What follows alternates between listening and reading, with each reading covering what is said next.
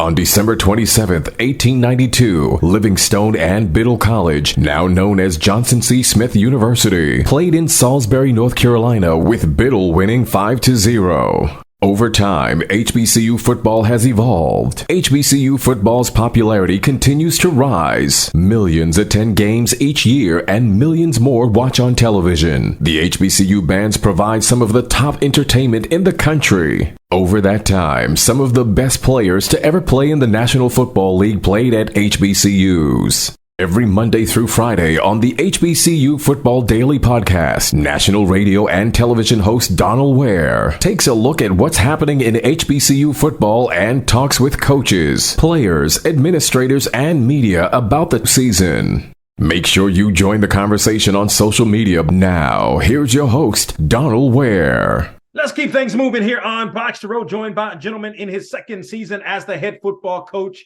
at Morgan State. The Bears with a huge victory last Saturday over nationally ranked Richmond. Going to be back on the road on Saturday against FBS opponent Akron.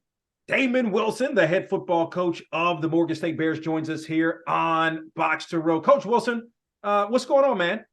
Hey, everything's well. We're just getting off the field. Had a good practice today as we prepare for Richmond, but everything's moving in the right direction for sure.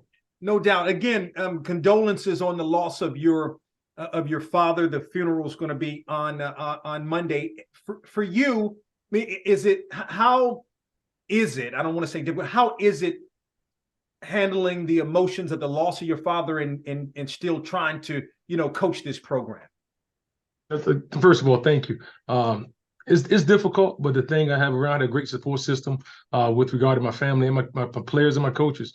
They've been here through the whole process with me, and I had to miss a practice or two, and the guys were in good hands. When I returned back to practice after 2 days, it's like we never missed a beat. So I have a lot of good people around me that are assisting as we move this program forward, and the players have been showing a lot of love and support to myself, and not just to me, to my family as well. So that really means a lot to me. It definitely will be difficult. My dad was my first coach. He's the one that kind of got me into this whole deal, and it will be difficult, but he prepared me for this next step in life. So I want to say I'm excited about this step, but I'm prepared for this step, and that's where we are. Yeah, no doubt. I'm sure a wonderful man based upon you and your career and all the. I mean, not just on the field stuff, the off the field stuff, and the person. Certainly that you are. Richmond, I mean, everybody's talk. I mean, when I say everybody, I don't just mean in HBCU. I mean in FCS. You guys were presented on Tuesday with the FCS, the FCS Team of the Week award. Like, this is a big deal. Your thoughts on the victory over Richmond, not just on the field, but what it means it has meant for the Morgan State program. Well, like you said, it's a big-time win. We went into their place, their top 20 team, and, we're just Morgan State. We're trying to figure it out, trying to find our way, and our guys played extremely well. And, we played disciplined football for 4 quarters. We took advantage of opportunities that presented themselves. This is big. This is big to step in the right direction. Like I told the guys, hey, receiving accolades and awards early in the year are great. We don't want to shortchange the importance of receiving those awards. However, we want to put ourselves in position to receive those awards in December. That's really when you're talking about championship caliber teams, you're talking about on the late fall, early winter, and that's something that we want to focus on and to be in a position to be in a conversation in November and December. But this is big time. Like I said, being recognized as the FCS Team of the Week, that's a major accomplishment, a major honor, and we're going in the right direction with this program, I believe.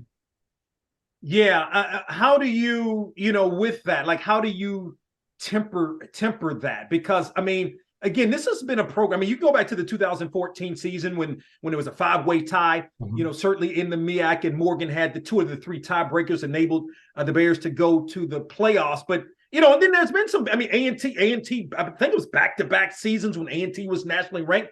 Those were big wins as well. But how do you sort of calm everybody down, particularly the players, and, prepare for Akron? That's a great question, but it's funny you asked. It's something we talked about.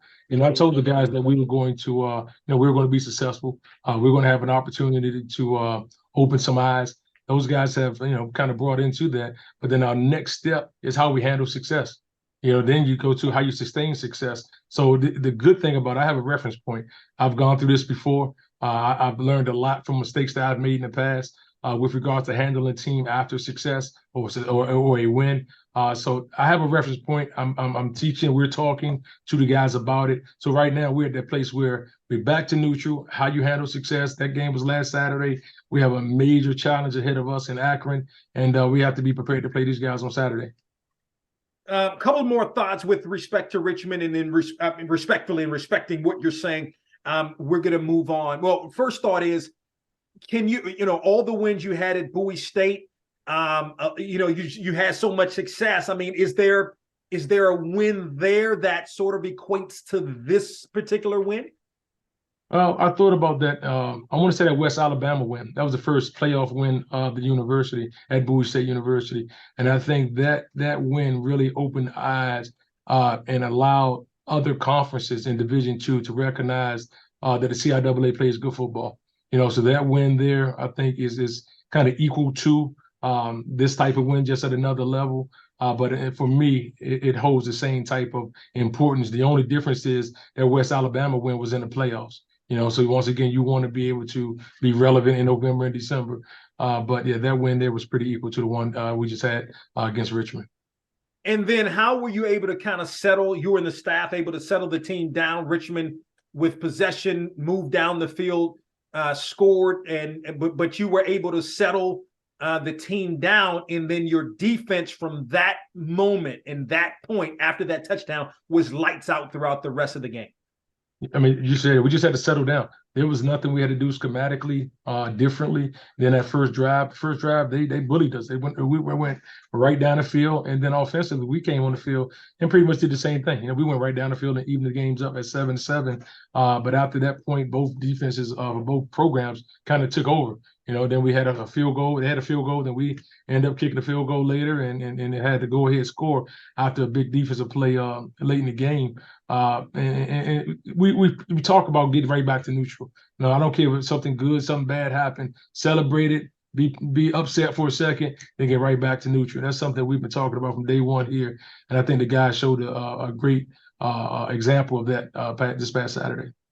Damon Wilson, again, in his second season as the head football coach at Morgan State. He joins us here on BOXTOROW. Eric Hunter, I mean, speak to the kind of player he is. If you look at the numbers from his first year to last year, he made an improvement, 11 tackles in this game, a big sack fumble late that enabled you to score the go-ahead touchdown. Speak to how good a player he is or can be. Big time player. I mean, he's a guy that has an endless motor, but he also prepares. Our linebacker's office is right next to my office. He's always in our linebackers coach's office watching film, breaking down himself. He's pretty tough on himself. He holds himself to a high standard. He has a tremendous amount of athletic ability, and he wants to be developed and wants to be coached. So he's taking great coaching from day one. Coach Brawley has done a good job preparing him to play. And he's a kid that I think is probably one of the best backers in FCS football. On the other side of the football, J.J. Davis, your thoughts on his first game as a kid, going back to his true freshman year, I believe in 2019, you're like, man, this guy's going to be really, really good. Maybe didn't fit, so whatever the case was at Norfolk is what it was. But your thoughts on his first game? Man, he did a great job for us. He's kind of backing up Jabril Johnson right now. We have 4 running backs that probably either one of them could start. Jabril did a good job, but JJ was a good change of pace back for us. Like I said, JJ had a lot of success at Norfolk his freshman year, and he graduated from Norfolk and decided to come here and join Coach Sherman, who was his coordinator there at Norfolk. And so he's familiar with the system. He's a guy that we can move around, and we're really excited about the things that he can do with the ball in his hands. Damon Wilson, the head football coach at Morgan State, joins us here on the program. Sort of for you, I know you're preparing for Akron. It's the next game. But I noticed on the conference call, on the MEAC conference call, you talked a little bit about the quarterback position. Maybe it's not settled at this point. Your thoughts on the position and how it looks moving forward? You know me. We've typically had one guy, and we'll run with that guy the whole year. This camp was pretty interesting, man. We had two guys really battling it out, and to be honest, we had to have a third, and Deuce, who's another guy that's played college ball. But we wanted to see Dominic Anthony. He was at ODU. He did not play there, but he was there several years. So we want to get him some playing time and see how he does under the whistle. Carson Baker's a guy that knows the system. He's a year in the system now. So we told both of those guys they were going to play in game one, and we're going with the same mindset, the same approach in the second game of the season. We're trying to kind of fill it out when we're in this non-conference schedule, that we can go with the hot hand if there is one, moving forward when we get in conference play. So, I mean, to your point, that's not something you've generally done. And boy, you've had a plethora. I mean, I remember, forget what year, you had a guy go down, guy step right in. I mean, it was crazy the riches that you had in terms of a quarterback. Speak to how, as a coach, sometime situations dictate what happens, and sometimes you have to change your philosophy. Indeed, and the good thing about it, all three of the guys have similar skill sets, so that helps us. So we don't have to change anything schematically, and all three of those guys are really selfless players. They just want the team to be successful. At the end of the day, they all want to play, of course, but they understand if Carson's in there and he's handling his business, then hey, they're going to support him, And Deuce did a great job on the sideline. Antoine Taylor did a great job on the sideline communicating with the quarterbacks when they came out. We basically picked up another coach on the sideline on the game this past Saturday, because he was really involved with their communication once those guys came off the field on Saturday.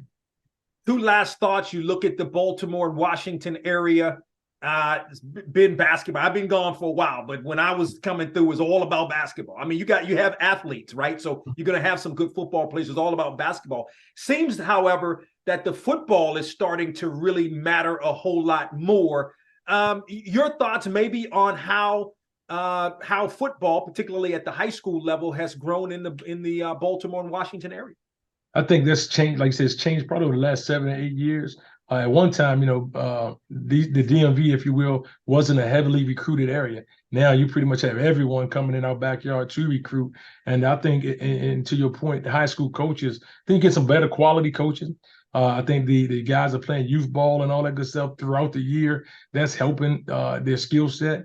But we have different schools that we can go to now and feel pretty good about the guys that we can recruit out of those high schools that'll give us a chance to be successful. But a lot goes to the high school coaching and the preparation they're putting into it. Strength and conditioning has picked up in this area, and I think we're seeing that in the student athletes once they leave high school. Last thought, Akron coming off the loss to start the season to Temple, tough loss for Akron. Your thoughts on some of the challenges that Akron presents? Team speed. Those guys are fast offensively, up front defensively, physical defensive line. They give you a lot of different looks that you must be sound in your protection as well as your run game rules. So they're going to present several challenges for us. Kicking game is an area that we have to, once again, be sound in. But if we come out and play Morgan State football, we'll give ourselves a chance to be successful.